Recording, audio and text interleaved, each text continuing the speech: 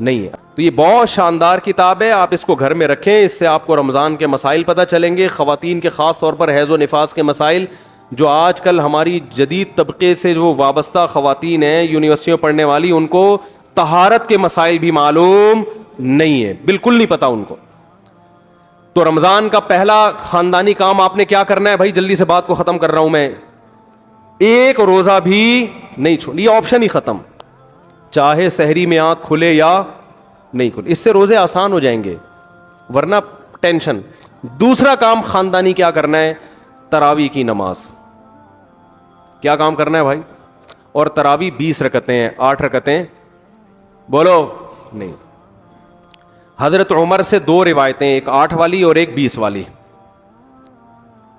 کہ حضرت عمر نے کتنی دیکھو نبی صلی اللہ علیہ وسلم نے تراویح کی کتنی رکعتیں پڑھی ہیں, کوئی بے غبار حدیث میں ہمیں اس کا تذکرہ نہیں ملتا, بس اتنا ہے کہ 3 دن پڑھی ہے بس, کتنی پڑھی ہے ہمیں نہیں پتا. یہ ہمیں حضرت عمر کے عمل سے پتا چلتا ہے, کیونکہ حضرت عمر بدعتی بولو نہیں ہو سکتے, کیونکہ انہوں نے جب جماعت سے 20 رکعتیں پڑھائی ہیں حضرت عمر نے, تو اس کا مطلب نبی نے ان 3 دن میں کتنی پڑھی تھیں. اور ایک ضعیف روایت میں اس کا تذکرہ بھی ہے کہ نبی نے 20 رکعتیں پڑھی ہیں. تو ضعیف روایت کی تائید جب خلفائے راشدین کے عمل سے ہو گئی, تو وہ ضعیف بھی عملاً کیا بن گئی, صحیح بن گئی ہے وہ. تو حضرت عمر سے 2 ہیں, 8 بھی اور 20 بھی. 8 والی پر امت نے کسی امت نے عمل ہی نہیں کیا, کیونکہ وہ بالاتفاق مضطرب ہونے کی وجہ سے ضعیف ہے, سند کی وجہ سے نہیں بلکہ مضطرب, کیونکہ جو راوی حضرت عمر سے 8 بیان کر رہا ہے وہی کتنی بھی بیان کر رہا ہے, 20 بیان کر رہا ہے.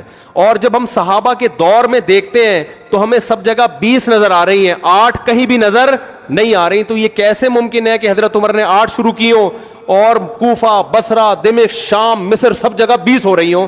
اس سے پتہ چلتا ہے کہ حضرت عمر سے جو 20 والی روایت ہے وہ صحیح ہے, 8 والی صحیح نہیں ہے. اور اس کی سب سے بڑی دلیل یہ ہے کہ موطا امام مالک میں ہے 8 رکعتوں والی, جو امام مالک نے نقل کی ہے, لیکن امام مالک خود 8 کا فتویٰ نہیں, وہ خود 20 سے زیادہ کے قائل ہیں, وہ تو 20 کے بھی نہیں 36 کے قائل ہیں. تو یہ کیسے ممکن ہے کہ کتاب کا مؤلف 8 والی ذکر کر رہا ہو مگر خود اس روایت کو وہ اس پر عمل نہ کر رہا ہو؟ ان باتوں کا کسی اہل حدیث عالم کے پاس جواب نہیں ہے. ترمذی میں ایک روایت پیش کی جاتی ہے امام احمد بن حنبل سے, یہ روایت ہے کہ اس میں کوئی مخصوص عدد ثابت نہیں ہے, جتنی چاہے پڑھ لو, لیکن امام احمد کی جو اپنی اصل کتابیں ہیں فقہ کی, اس میں امام احمد کے شاگرد جو امام احمد سے ذکر کرتے ہیں وہ ذکر کرتے ہیں امام احمد بن حنبل کے نزدیک بھی 20 رکعتیں مختار ہیں. سمجھ نہیں آ رہی میرا خیال ہے بات. تبھی فقہ حنبلی میں تراویح کی رکعتیں کتنی ہیں, 20. اور امام ابو حنیفہ کے نزدیک بھی. لوگ پتہ ہے مجھ سے کیا کہتے ہیں, لوگ جو ہے نا کہتے ہیں کہ یار آپ ان حدیثوں کا انکار کر رہے ہو جس میں 8 آتا ہے. 8 والی جو بخاری کی حدیث ہے نا, اس کا تراویح سے کوئی تعلق نہیں ہے. بخاری میں آتا ہے نبی رمضان اور غیر رمضان میں 8 پڑھتے تھے, اس کا تراویح سے کوئی تعلق, وہ تو غیر رمضان میں بھی تھی. اتنی سینس نہیں ہے یار, آپ ہمیں قرآن و حدیث سکھا رہے ہو اور ہمیں اپنا مقلد بنا رہے ہو, اتنے بڑے بڑے مجتہدین کی تقلید چھوڑ کے. میں لوگوں سے ایک بات کہتا ہوں, ایک قرآن و حدیث وہ ہے جو ابو حنیفہ, شافعی, مالک اور احمد بن حنبل نے سمجھا, اور ایک قرآن و حدیث وہ ہے جو 15ویں صدی کے مولوی سمجھ رہے ہیں. کس کی فہم زیادہ صحیح ہوگی بولو بھائی؟ ایک قرآن وہ ہے جو انجینئر بیان کر رہا ہے حدیث, ایک حدیث کی تفصیل وہ ہے جو امام مالک بیان کر رہے ہیں, ابو حنیفہ بیان کر رہے ہیں, جن کی 80 ہجری میں پیدائش ہوئی ہے, تابعین میں سے ہیں, جو امام شافعی بیان کر رہے ہیں. تم امام شافعی کو چھوڑ رہے ہو, تم امام ابو حنیفہ کو چھوڑ رہے ہو, تم امام مالک کو چھوڑ رہے ہو, تم احمد بن حنبل جیسے محدث اور فقی جو امام بخاری کے استاذوں میں ہیں ان کو چھوڑ کر فالو کس کو کر رہے ہو؟ انجینئر کو. اور تم کہہ رہے ہو ہم صرف قرآن و حدیث کو مانتے ہیں, ہم کسی اور چیز کو نہیں مانتے. تم قرآن و حدیث کو نہیں مانتے میرے بھائی, تم مقلد ہو, اندھے مقلد ہو.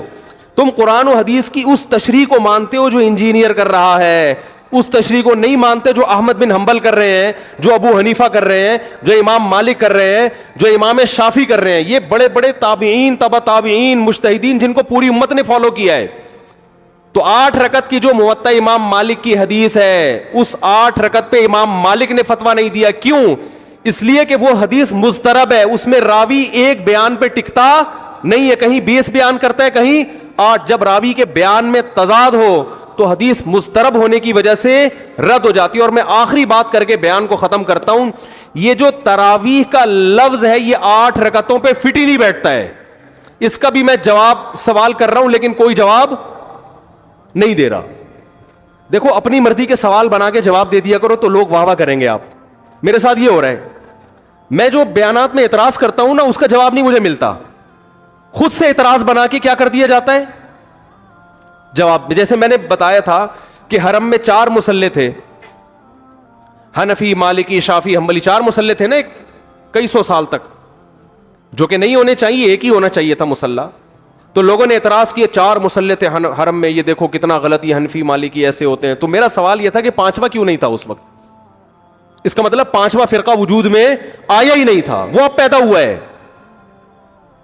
وہ ٹھیک ہے 4 غلط تھے لیکن اس غلط کو بھی صحیح ان 4 میں سے ایک نہیں کیا ہے.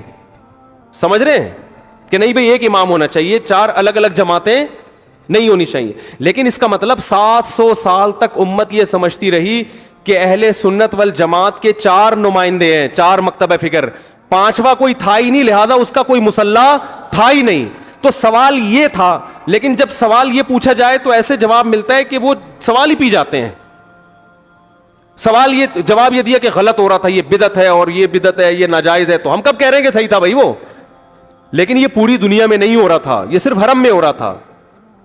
اور اس کو ختم بھی حنبلیوں نے کیا ہے کہ نہیں جی امام ایک ہونا چاہیے, سارے چاہے حنفی ہو شافعی ہو اس امام کے پیچھے نماز پڑھیں گے. سمجھ میں آ رہی ہے بات کہ نہیں آ رہی؟ تو سوال یہ تھا کہ 700 سال یا 400 سال تک امت کی نمائندگی ان 4 مکاتب فکر نے کی ہے حرم میں, 5ویں نے کوئی اپلیکیشن بھی نہیں دی. اس کا مطلب 5واں تھا ہی نہیں. اور جو آپ یہ مختلف الفاظ بیان کرتے ہو کہ امام احمد بن حنبل اہل حدیث تھے, فلاں میں اہل حدیث تھے, تو امام احمد بن حنبل اگر اس طرح کے اہل حدیث تھے تو پھر امام احمد بن حنبل کے فالوورز کو اہل حدیث کیوں نہیں کہا جاتا ہے, حنبلی کیوں کہا جاتا ہے؟ نہیں آ رہی بات میرا خیال. یہ ایسے ہی ہے جیسے جماعت المسلمین والے کہتے ہیں کہ ہم نبی کے دور سے ہیں, اور پھر بخاری میں دکھاتے ہیں جماعت المسلمین کے الفاظ. او بھائی یہ والی جماعت المسلمین نہیں تھی, یہ تو باقاعدہ آپ نے رجسٹر کروائی ہے 1975 میں. وہ جماعت المسلمین صحابہ کو جماعت المسلمین کہا گیا ہے. تو یہ جو اہل حدیث کا لفظ ہمیں پرانے وقتوں میں ملتا ہے یہ محدثین کے لیے ملتا ہے, یہ کسی مخصوص فرقے کے لیے نہیں ملتا. پھر بھی میں اہل حدیث کو اہل سنت میں داخل سمجھتا ہوں, میں پھر بھی ان کو نہیں کہتا کہ جہنم میں جائیں گے, لیکن میں کہتا ہوں کہ آپ کم از کم اس چند 100 سال پہلے آپ پیدا ہوئے ہیں, آپ کی جماعت وجود میں آئی, ہم پھر بھی آپ کو گلے لگانے کے لیے تیار ہیں, اور ہم صدیوں سے چلے آ رہے ہیں. آپ ہمیں کیا کر رہے ہو؟ آپ ہمیں گمراہ لوگوں میں داخل کر رہے ہو. تو اسلام بہت پہلے بر صغیر میں آیا ہے, جس شکل میں آیا ہے وہی شکل ٹھیک ہے, بات کی چیزوں پر اعتماد نہیں ہوتا ہمیں. تو میں ایک بات کر کے بیان کو ختم کرتا ہوں, یہ جو 8 کا لفظ ہے نا, تراویح کا لفظ ہے, یہ 8 رکعتوں پر صادق بولو نہیں آتا. بہقی کی حدیث ہے اور بھی روایتیں اس بارے میں کہ اسلاف جب تراویح کی نماز پڑھا کرتے تھے, اسلاف سے مراد صحابہ تابعین, تو 4 رکعتوں کے بعد آرام کیا کرتے تھے. تو اس لیے 4 رکعت کو ترویحہ کہا گیا. کیا کہا گیا؟ ترویحہ. روح سے نکلا ہے, روح. استراحت کا لفظ سنا ہے آپ لوگوں نے؟ آرام. استراحت کسے کہتے ہیں؟ آرام. ترویح آرام دینا. راحت, راحت کا لفظ تو اور آسان ہے نا.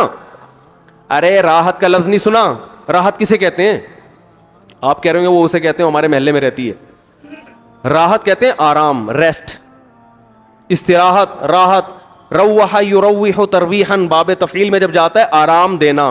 تو ترویحتن, کیونکہ 4 رکعتوں کے بعد آرام کرتے تھے تو ان 4 رکعتوں کو کیا کہا گیا؟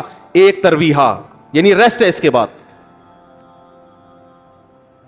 اب ترویحہ کا جو لفظ ہے نا, 4 رکعتوں کے بعد کیا ہو رہا ہے؟ ریسٹ. اٹ از کالڈ ترویحہ. سب کو پتہ ہے 4 رکعتوں کو ترویحہ کہتے ہیں. 2 ترویحوں کو عربی میں کہیں گے ترویحتان. کیا کہیں گے؟ جیسے رجل کا معنی ایک آدمی, رجلان 2 آدمی. عربی میں 2 کے لیے الگ لفظ استعمال ہوتا ہے, 2 سے زیادہ کے لیے الگ. تو اگر یہ 8 رکعتیں ہوتی تو ان کو محدثین تراویح نہ کہتے بلکہ ترویحتان کہتے یا ترویحتین کہتے. کیا کہتے؟ 2 ترویحیں. اور ان کے بیچ میں ویسے بھی ریسٹ کی ضرورت پڑتی نہیں, ٹھیک ہے نا. 4 رکعت کے بعد امام بیٹھتا, بولتے چل بھائی آگے جلدی کر, جانا بھی ہے گھر میں ہم نے. تو ترویحتین کہتے, ان کو محدثین تراویح نہیں کہتے. اور تراویح کا لفظ ہے جمع. عربی میں جمع کم سے کم افراد کتنے ہوتے ہیں اس کے؟ 3. تو کم سے کم 12 رکعتیں ہونی چاہیے.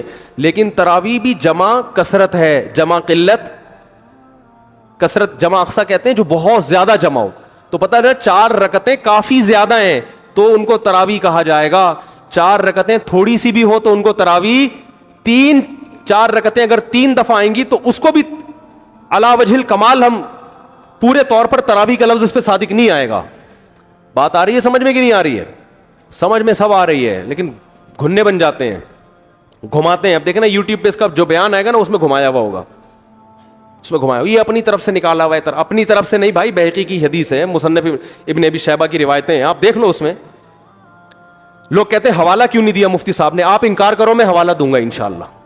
آپ انکار کرو کہ ایسا نہیں ہے, ہم ٹائم بچا رہے ہیں اپنا.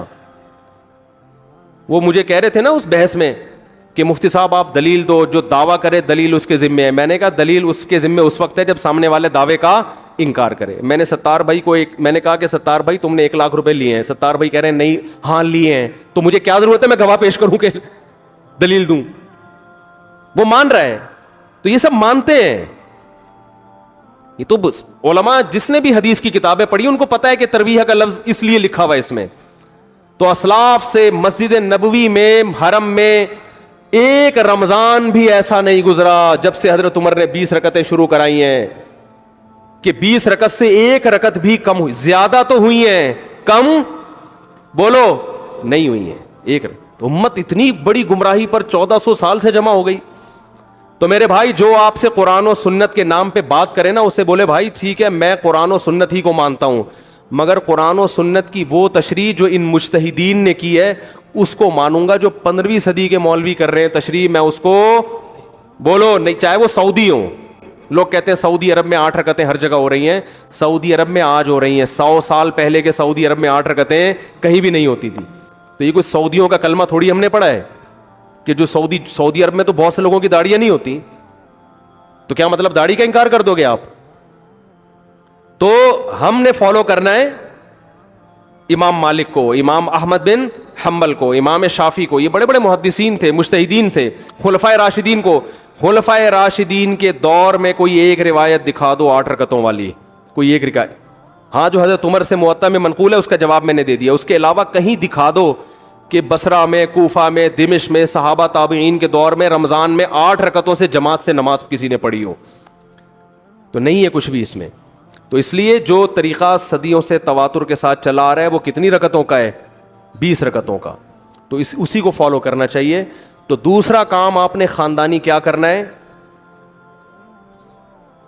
تراویح پابندی سے پڑھنی. سمجھ میں آ رہی ہے بات؟ تو یہ 2 کام فی الحال کریں, کچھ پیکج اگلے جمعے میں انشاءاللہ بیان کریں گے. تو اسی سے انشاءاللہ اللہ کی محبت کی چنگاری آپ کے دل میں پیدا ہوگی. اللہ ہمیں سمجھنے کی, عمل کی توفیق عطا فرمائے.